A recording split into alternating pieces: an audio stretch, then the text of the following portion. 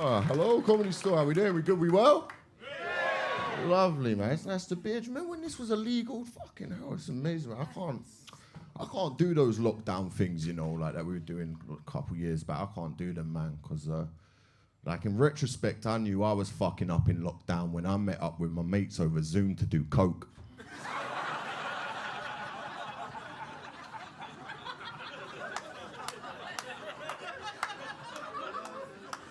I got a massive nose as well, innit? So anytime the camera would cut to me.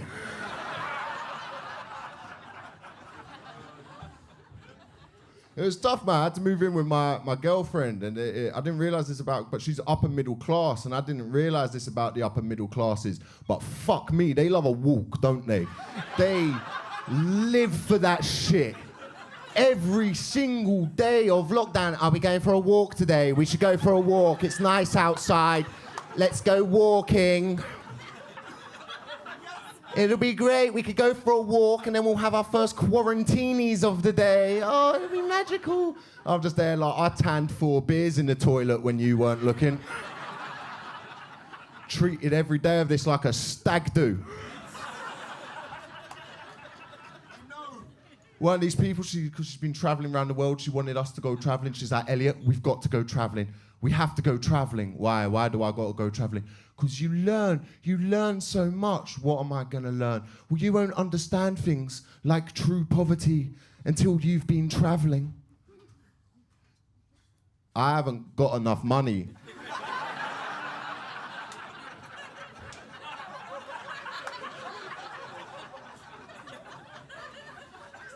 To go and look at the poor people.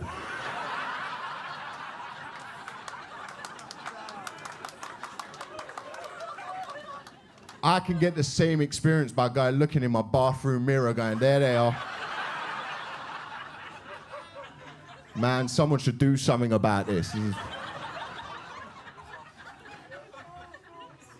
She loves Thailand and stuff. She's like, oh my God, we could go to Thailand with each other. It'd be amazing, because I'm into like Muay Thai, Thai kickboxing and stuff. She's like, it'd be great, because we'd have cultural experiences, you know what I mean? Because you're into Thailand, I'm into Thailand.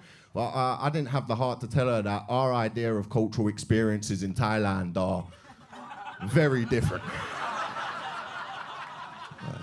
My girlfriend being there would ruin it. Because what she wants a nice like story that you can tell at a dinner party, you know what I mean? When she's able to get, oh, it was just magical. We decided to go up this mountain one day to watch the sunrise, and we got up at 2 a.m. and we went up the mountain, and it was just great because we got to the top and we did watch the sunrise, and as the sun glistened off the dew in the jungle, our third eyes opened, and the Anunnaki, the creators of the universe, exposed themselves to us and told us that there's only peace and love and each other in the world. Whereas I'd want to go to a ping pong show. Then bet on some toddlers having a cage fight. Go on, 500 baht on a little cunt with a face tattoo. He looks like he means it. Come on, Rondon, win Daddy more ketamine. Because look, we've got friends who've been to Thailand. It's just that her friends come back and say things like, oh my God, the people, the culture, the food, it's just magical. And we did go a bit crazy one night. We went to one of those full moon parties, but we were back by 7:30 p.m. Felt perfectly safe the whole time. Whereas my mates just come back and say stuff like, bruv, swear you can't tell the difference.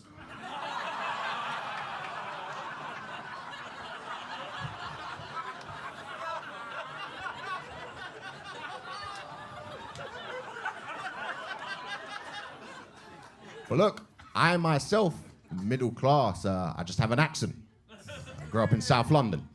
Let's not start a postcode war about it. I started comedy when I was 16 years old. I was very young. When you start in show business, the industry gives you a thing. And the thing the industry tried to give me is they were like, Elliot, you're an authentic working class voice. You grew up on a gritty council estate in South London. I had to go, I did not grow up on a gritty council estate in South London. I grew up in a lovely semi-detached home. Opposite a gritty council estate in South London. I'm very much part of the problem. Yeah, this accent isn't a regional twang, it's more a survival tactic.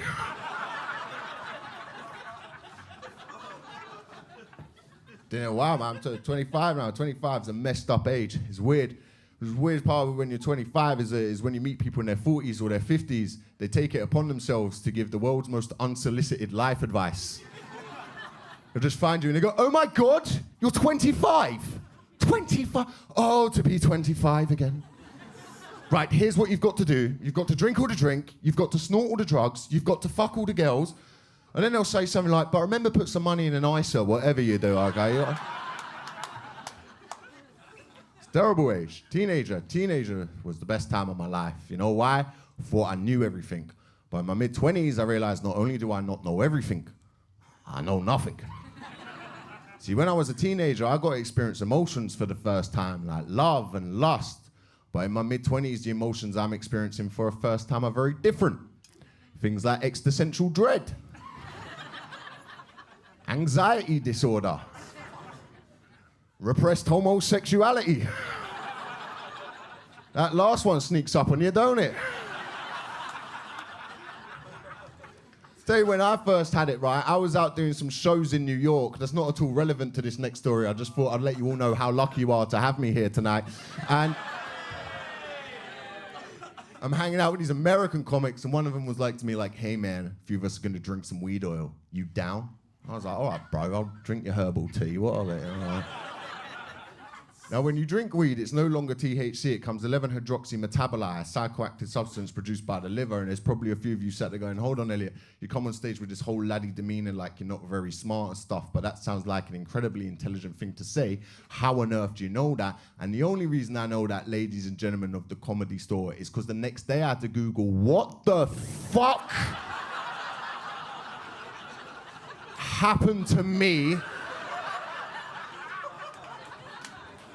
when I drank weed last night. Just sat on the subway going back to the apartment I was staying at, having an absolute panic attack. Saw one of those adverts for Men's Fitness where the guy was just ripped with this six-pack, and out of nowhere, this gay bit of my brain I've never heard before just went, you want to fuck that dude.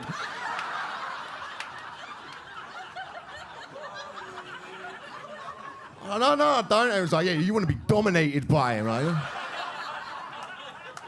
Feel his thick forearms round your throat, you little cuck. I'm like, where the fuck is this coming from? No, I'm not gay. How do you know you're not gay? You never tried it. You never used to like olives. You gave them a go.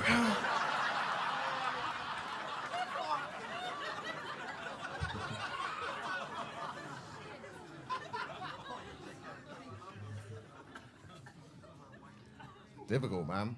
I've got it as well. You got to hang out with guys. That'll do you. Hanging out with 25-year-old dudes, that'll do your head in, man.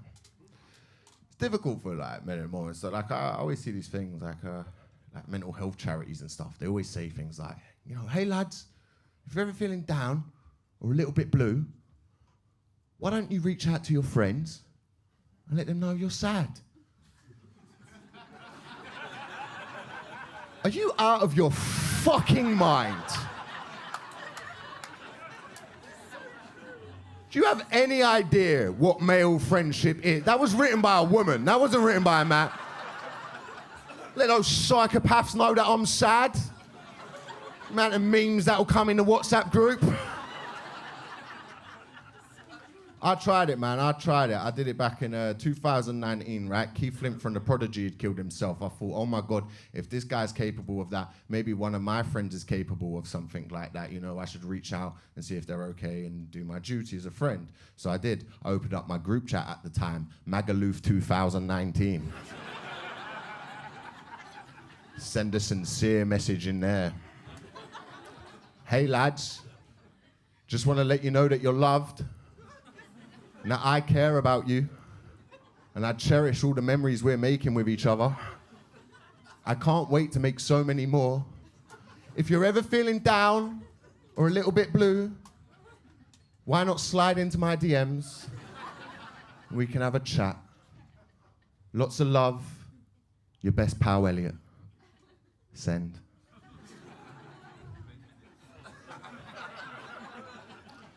First reply was, I wasn't thinking about killing myself until I read that.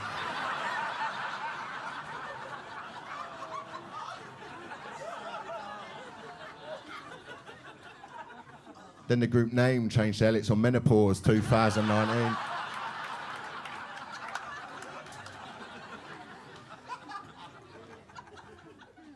I buy into that shit though. I think there's toxic masculinity, man. I buy into that stuff. You see it a lot. You see it in London nightlife, you know what I mean? You ever see people get into a fight? That's proper toxic masculinity, man. Let's not lie, fights are fucking cool. Like, you guys are enjoying my jokes, but I'm well aware if you walked outside and saw a fight going on, you'd go home and tell people about the fight you saw. And not my set. I understand it. I saw my friend get in a fight one time. It was in this bar. It was over fuck all, right? Guy stepped on his shoes. He's got an ego. This other guy had an ego. Next thing you know, they're outside in each other's faces. This guy's just yelling at my friend. And my friend did the coolest thing that I've ever seen before. Just took his t-shirt off, looked this guy up and down and went, "Hey, yo, bruv, I'm gonna fuck you up, you know." Like, nah, G, I'll throw you to the floor, innit? Like, right, you wanna be sore tomorrow, yeah? And I thought, oh man, that's so cool. I wish I could do that. But the main reason I can't do that is because I wear button-up shirts. If I was to do it, it would just come weirdly sexual. Hey, yo, bruv.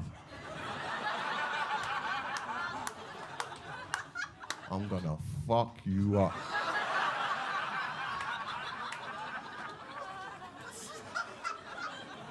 Nah, G, I'm gonna throw you to the floor.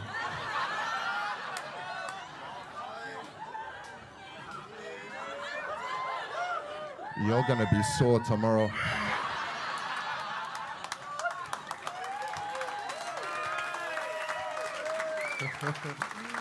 Oh, thank God you guys laugh at that, because if you don't know how awkward it would be to stand there in silence, rebuttoning up my shirt like a stripper who lost confidence. Just going, oh, that stripping was misjudged, weren't it? Yeah. Sorry about your 5th birthday, Tommy. Women can make it difficult for guys as well, you know. This is a thing that I hear a lot. Like, women like to always bring up that men have commitment issues. That's the main thing I always hear. Is like, women love to go, that's the thing with men. All men have commitment issues. What is it with men and commitment issues? Whenever women like to bring up that men have commitment issues, I just like to bring up male suicide statistics. Looks like we can commit to some things.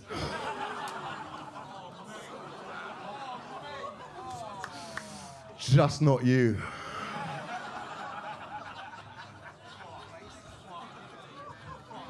Okay, if you didn't like that joke, that's cool. That's fine, you're allowed to not like it. Just don't talk to me about it afterwards. I'll be outside having a smoke or at the bar having a drink, and I'll feel this cold presence behind me, and I turn around, hi.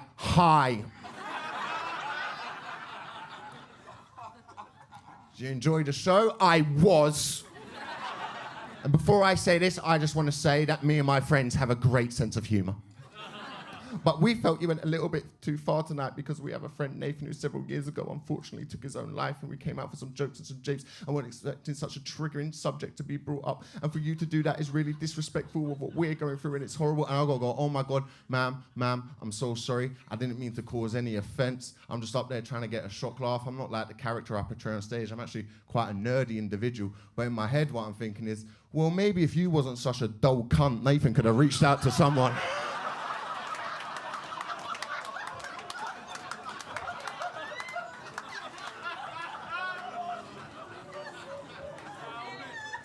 Hey, if it means anything, I don't think I should be opening the show either, but here we are.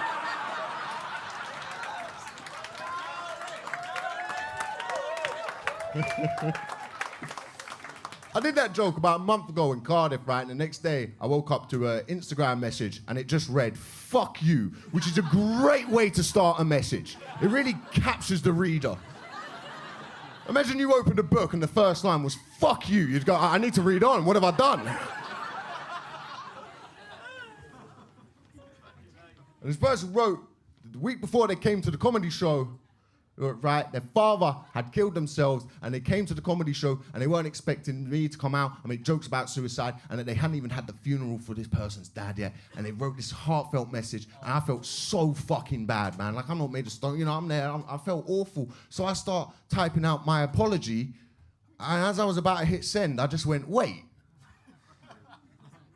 Who the fuck, in between their dad's suicide,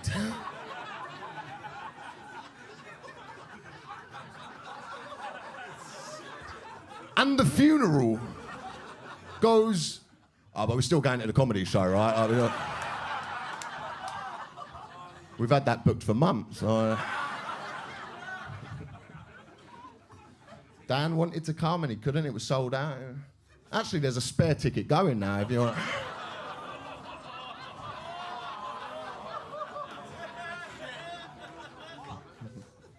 I try to look after my mental health. I do that thing. People always say you've got to keep active, you've got to be physical to look after your mental health. I try to do that, but I don't think that always works. Like, I like fighting martial arts, right? I'm not any good at them.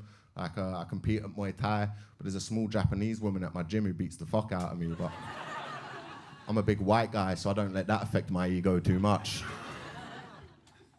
I was at my gym one day, and my coach came up to me, and he went, hey, Elliot, we've had a dropout for a fight in a couple weeks. Now, it's a little bit above your ability, but you're the correct weight. Would you be able to step in and help us? And I went, of course, bruv. You set them up, I'll knock them down. And my own coach went, oh, that's not going to happen. So 2 weeks later, I've got to go over to Bethnal Green to do the fight. Now, I don't know if anyone's fought competitively before, but you'll know it's not like the UFC. You don't see who you're fighting in this promotion. You just turn up and there's a person. So I'm in this changing room all day, eyeing up potential opponents, going, okay, cool. I reckon I could take him. All right, a little bit more challenging, but I reckon I could take her.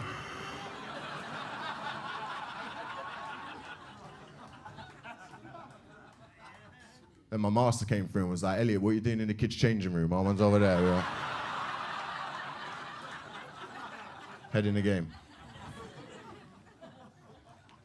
Every time before I fight, I get very nervous. You have fight or flight. The flight kicks in, and I'm there, and I'm watching people walk past this big sparkly curtain, and they come back in, and some of them are jubilant and triumphant, and some of them are covered in blood, and they're bruised, and I'm going, right, which one of them am I going to be? And then it comes my turn to start getting warmed up. I hit the pads at 20%, 40%, and 60%.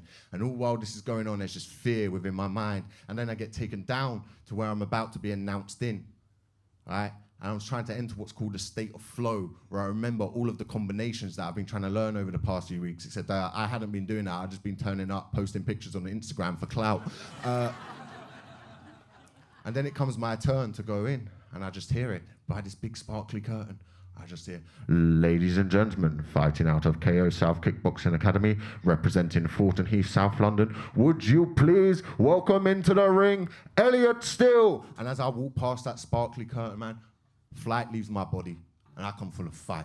I'm fucking ready to go. I walk down there, there's a crowd of people, and there's a ring, and they're all there to see me fuck this guy up, right? So I get there, and I do the blessings, and I turn and I face the entrance, because I want to look this guy and psych him out Mike Tyson style. Sun Tzu said the supreme art of war is to first subdue the attacker without having to throw a strike. I'm going to look in this guy and get in his head, and then all I hear is fighting out of Warsaw, Poland, and I went, oh, shit!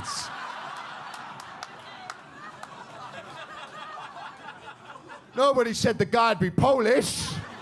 That's cheating. They should have their own separate division or something.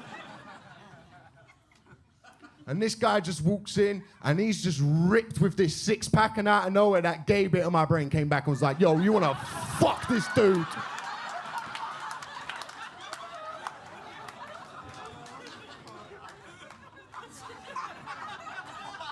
The straight bit of my brain went, I'm not going to lie, man, that might be the only chance we've got here.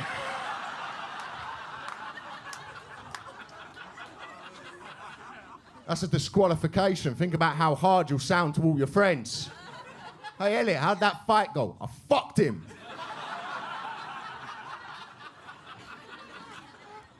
Feel like you're missing the word up at the end of the sentence. Nope, fucked him. Anyway, lads, I'm going to introduce you to Petrov next week, and I want you to be nice about our decisions. I'll be honest with you guys, it's not important how that fight went. That's why I do comedy now. But ladies and gentlemen of the Comedy Store, you've got an absolutely amazing lineup ahead of you tonight. I've been Elliot Still, you've been incredible. Thank you very much.